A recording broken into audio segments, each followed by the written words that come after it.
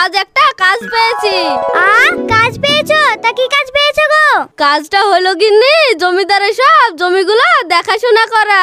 ও, জমিদারের চামচাগিরি করা। দেখো বউ, চামচাগিরি বলবে না।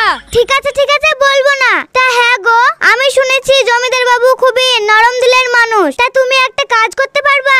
কি কাজ গো গিন্নি? জমিদারের সাথে থাকতে থাকতে জমিদারের জমিগুলো দখল করতে পারবা?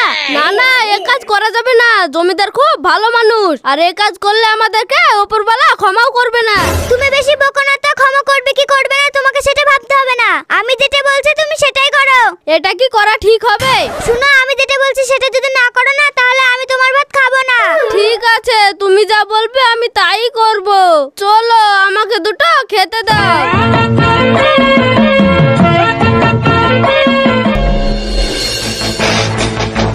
বাবু বাবু, আমি বিচার চাই, বিচার চাই। কি রে রাজ, কি হয়েছে? কিসের বিচার করব? বাবু, উত্তর পাড়ার ইউসুফ নাই, ও আমার জমির আল কাটতে কাটতে অর্ধেক জমি দখল করে নিয়েছে। কি বললে? তোর জমি দখল করে নিচ্ছে? এটা তো ভারী অন্যায়। চল তো গিয়ে দেখি তোর জমি কে দখল করছে। জমিদার বাবু, ওই ইউসুফের স্বভাব খারাপ আছে, আর ওর জমি দখল করে নিও। চলো, জমি দখল করা আমি দেখাচ্ছি।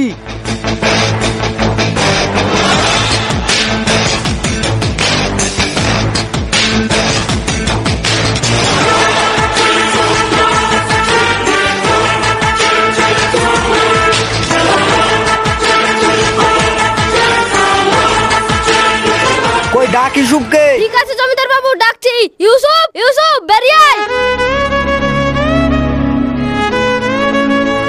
আরে জমিদার বাবু যে, আসেন আসেন, বাড়ির ভিতরে আসেন। থাক, আর ভেতরে যাব না। শুনলাম বলে রাজের জমির আল কাটতে কাটতে অর্ধেক বলে জমি দখল করে নিয়েছিস। ছি ছি জমিদার বাবু, এসব কি বলেন? আমি রাতের জমি দখল করতে যাব? শোন, তোর নামে অভিযোগ মেলায় আসে, আর তুই বলছিস ওর জমি দখল করিনি। জমিদার বাবু, আপনি ভুল বুঝছেন। আমি কেন আল কাটতে যাব? মাঠে এদুরে আল কেটে দেয়। কি এদুরে আল কাটে নাকি? অত বড় জমি এদুরে আল কাটতে পারে? আমাকে তুই বোকা পেয়েছিস? জমিদার বাবু, আপনার যদি বিশ্বাস না হয় চলেন আমার জমিতে। ঠিক আছে, তাই চ।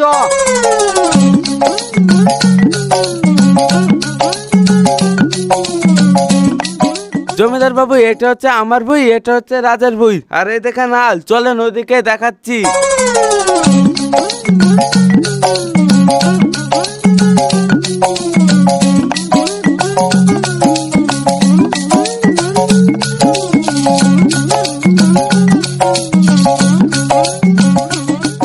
জমিদার বাবু, এই দেখেন, এই সেরিছে এটুকু আল আসলো কি করি? কিরে, চুপ করে থেকে গেলি যে, কিছু বলছিস না যে? জমিদার বাবু, দেখেছেন হাল কতটা সরিয়ে এসছে, তার লেগে তো ও চুপ করে আছে। জমিদার বাবু, আমি বুঝতে পারছি না এই আল এত দূর আসলো কি করে। জমিদার বাবু, তাহলে আর বিচার কি করবেন করেন। ঠিক আছে, আমি বিচার করে দিচ্ছি। শোন ইউসুফ, এই বছরে যা ফসল হবে 3 ভাগের 2 ভাগ রাজকে দিবি, আর 1 ভাগ তুই নিবি।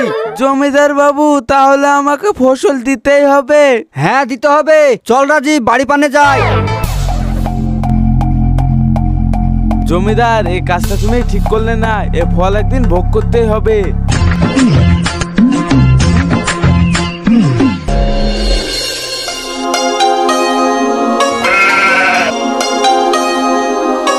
কাকলি, কাকলি, আমার জমির ফাইল গালা একটু দাও তো।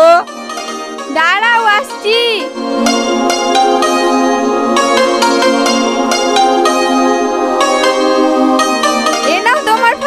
আর তোমাকে কতবার বলবো টাইম মতো খেতে, না হলে তোমার শরীর খারাপ করবে যে।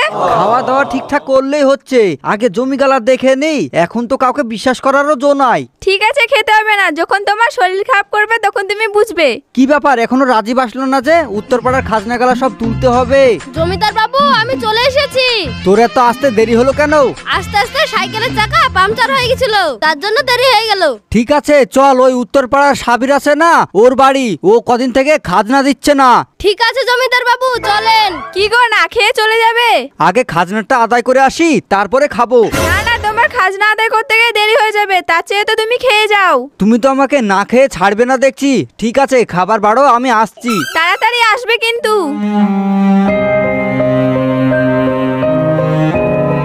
কিরে, তুই খেয়ে এসেছিস? হ্যাঁ জমিদার বাবু, খেয়ে এসেছি।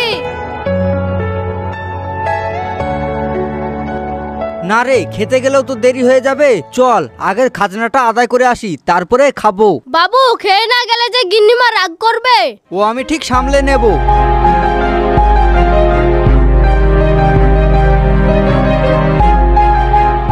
কই গো, কতক্ষণ লাগে?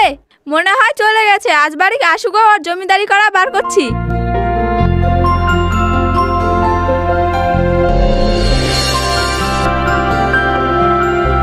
রাজীব, আমাদের দেশটা কত শান্তশিষ্ট বল। হ্যাঁ জমিদার বাবু, আমাদের দেশটা খুব শান্তশিষ্ট, কোনো ঝামেলাই নাই। আগে দেখতে হবে তো এই দেশের জমিদারটা কে। জমিদার বাবু আপনি এত ভালো কেন বলেন তো? অন্য দেশের জমিদাররা খাজনা আদায় করে চাপ দিয়ে, আর আপনি তো কিছু বলেনই না। শোন, কে কি করলো তা দেখে লাভ নাই, আমার প্রজারা ভালো থাকলেই হবে। চলে এসেছি সাবিরের বাড়ি, ডাক সাবিরকে। ঠিক আছে জমিদার বাবু, ডাকছি। সাবির, ও সাবির।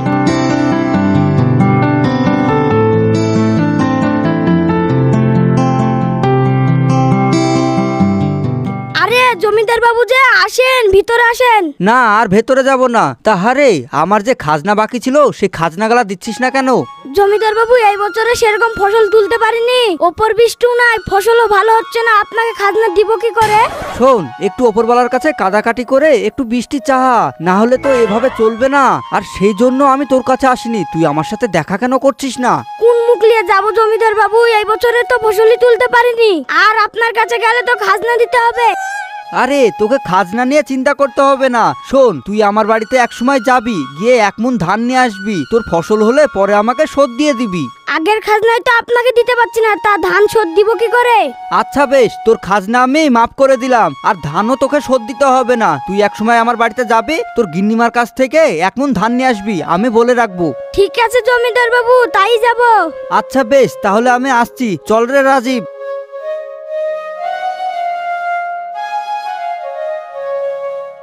হ্যাঁ জমিদার বাবু, আপনি একটা কথা ঠিক বলেছেন, দেশে বৃষ্টিও নাই, আবার গরমও পড়েছে।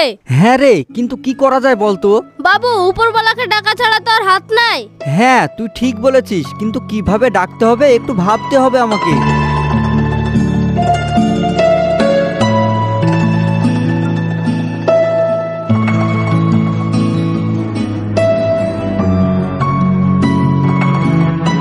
কি গো, তুমি খেয়ে যাবে বললে খেয়ে গেলে না, আর এখানে বসে কি ভাবছো? আমি ভাবছি জানো তো, দেশে তো একটুও বৃষ্টি নাই, আবার আবাদ পানীয় গুলাও ভালো হচ্ছে না। তা দেশের মানুষ বাঁচবে কি করে বলো তো? হ্যাঁ গো, তুমি ঠিকই বলেছো, প্রত্যেকবারই বৃষ্টি হয়, এবার কেন হচ্ছে না বলো তো? গিন্নিমা এই বছরে মানুষে পাপ বেশি করে ফেলেছে, সেই জন্য বৃষ্টি হচ্ছে না। মানুষে না হয় পাপ করেছে, তা পুণ্য কিভাবে করব? আমি একটা কথা ভাবছি। হ্যাঁ, কি ভাবছো বলো? তুমি এক কাজ করো, গোটা দেশে প্রচার করে দাও, 2 হাত তুলে ওপরওয়ালার কাছে বৃষ্টি চাইতে। হ্যাঁ তুমি ঠিক বলেছো রাজীব, প্রচারের ব্যবস্থা কর। ঠিক আছে জমিদার বাবু, তাই করছি। তুমি এক কাজ করো, আমাদের গ্রামে যত ছেলে পেলে আছে তাদেরকে খাওয়ানোর ব্যবস্থা করো। এটাও ঠিক বলেছো, আমি ব্যবস্থা করছি। তাহলে বাবু আমি এখন বাড়ি যাই। ঠিক আছে, তাই যা।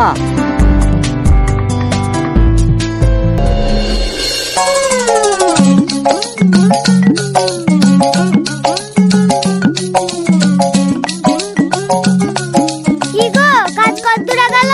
কি কাজ কদ্দুরা গেল? কি কাজ তুমি বুঝতে পারছো না? তোমাকে আবার নতুন করে বলতে হবে নাকি? আমি বুঝতে পেরেছি, আমার দ্বারা ওসব কাজ হবে না। জমিদার বাবু খুব ভালো মানুষ। ভালো হলো তো আমি কি করব? এই যুগে যে টাকা আছে সেই ভালো মানুষ। আর শোনো, আমি যেটা বলছি সেটাই করো। ঠিক আছে, আমি চেষ্টা করব। চেষ্টা নাই, আমি কাজ দেখতে চাই, কাজ।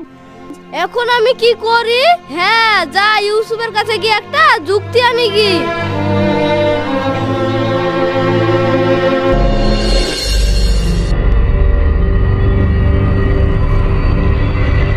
ইউসুফ ভাই, ও ইউসুফ ভাই, বাড়িতে আছো?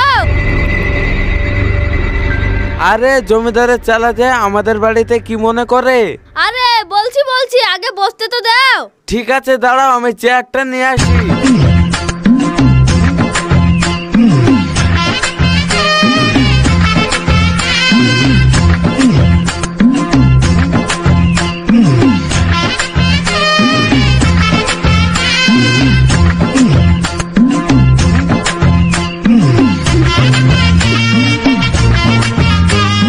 বলে এবার কি বলছিলে? বলতে গেলে একটু কাছে এসো। তোমার সাথে তো জমিদার বাবু সূত্রতা, তাই তোমার সাথে আমি একটু যুক্তি করতে এসেছি। তা কি যুক্তি করতে এসেছো? আচ্ছা ইউসুফ ভাই, তুমি একটা কথা বলো তো, জমিদারের যা জমি আছে তা কত বিঘি হবে? আমি যতদূর জানি জমিদারের জমি থাকা বলতে গেলে ওই যে উত্তর মাঠে 500 বিঘি মতন জমি আছে, আর 100 বিঘি মতন গরিবদেরকে দান করে দিয়েছে। 500 বিঘি? ঠিক আছে, তাহলে আমি এখন আসছি। আসছে মানে জমিদারের কতটুক জমি আছে তাই তুমি জিজ্ঞাসা করতে এসেছো? তার মানে নিশ্চয় কোনো কিন্তু আছে, কি সেটা বলো, না হলে সব জমিদারকে বলে দিব। না না ভাই, জমিদারকে কিছু বলতে হবে না, আমি তোমাকে সব বলছি, তাহলে শোনো।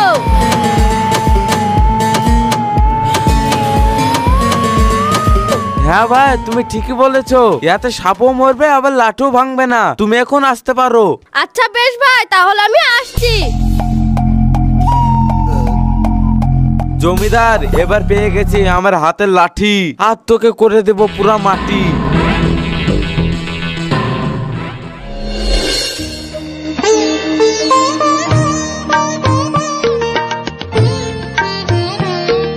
ওগো, তুমি চা খাবে?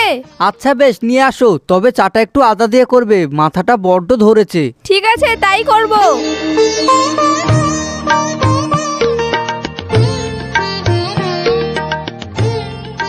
এ নাও চা। আর কি ব্যাপার বলো তো, এত বেলা হয়ে যাচ্ছে তাও রাজীব আসছে না? আরে আসবে আসবে, কোনো কাজে মনে হয় আটকে গেছে। দেখো আবার এইসব চাকর বাকর দিকে রায় দিয়ে মাথায় তুলো না, এর জন্য দেখো আমাদেরকে যেন পথের ভিখারি না হতে হয়। আরে এভাবে বলছো কেন তুমি? ওরা তো হচ্ছে খুব গরিব মানুষ, আর ওদের জন্য আমার প্রাণ খুবই কাঁদে। দেখো আবার প্রাণ কাঁদতে কাঁদতে যেন নিজে কেঁদে ফেলো না। কি রে রাজীব, আসতে তোর এত দেরি হলো কেন? বাবু আপনি কিছু মনে করেন না, আমি একটু কাজে ব্যস্ত ছিলাম, তার জন্য আসতে একটু দেরি হয়ে গেল। আরে ঠিক আছে ঠিক আছে, আমি ওসব কিছু মনে করিনি। এই নে, এই দলিল গালা আলমারিতে গিয়ে রেখে দেগা। বাবু এগুলো কিসের দলিল? এইগুলো হচ্ছে আমার সব জমির দলিল। দলিলগুলো আমাকে দিলেই তো রেখে দিতাম, ওকে দিলে কেন? আরে ওর হাতে দিলে কি হবে, তুমি না আমাকে খামোখাই টেনশন দিচ্ছ।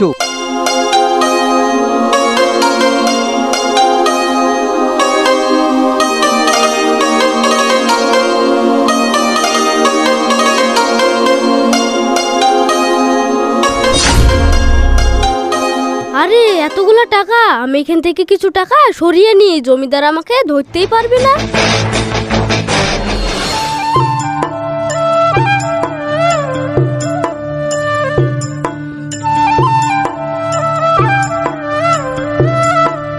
কি গো, তোমার হাতে ওটা কি? আরে মিষ্টি আছে গো, মিষ্টি তোমার জন্য নিয়ে আসলাম। কি বলছো গো, কোথায় পেলে টাকা?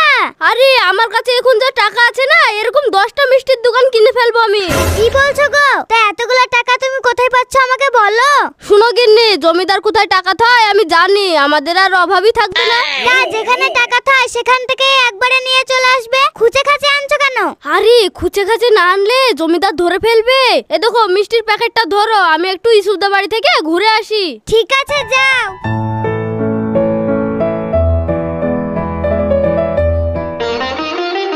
আরে রাজীব ভাই, কোথায় যাচ্ছ? আরে আমি তো তোমার বাড়ি যাচ্ছিলাম। আমার বাড়ি যাচ্ছিলে, তা বলো কি খবর? খবর খুব ভালো ইউসুফ ভাই, জমিদারের কোথায় দলিল পাত্র আছে সব আমি দেখে এসেছি। কি বলছো গো, তুমি দেখে এসেছো? কেন, নিয়ে চলে আসবে। আরে যখন তখন নিয়ে আসা হয়। শুনো, আজকে রাতে আমি আর তুমি চুরি করতে যাব। ঠিক আছে ঠিক আছে, তাহলে আমাকে ডাকবে। আচ্ছা ভাই, ডাকবো।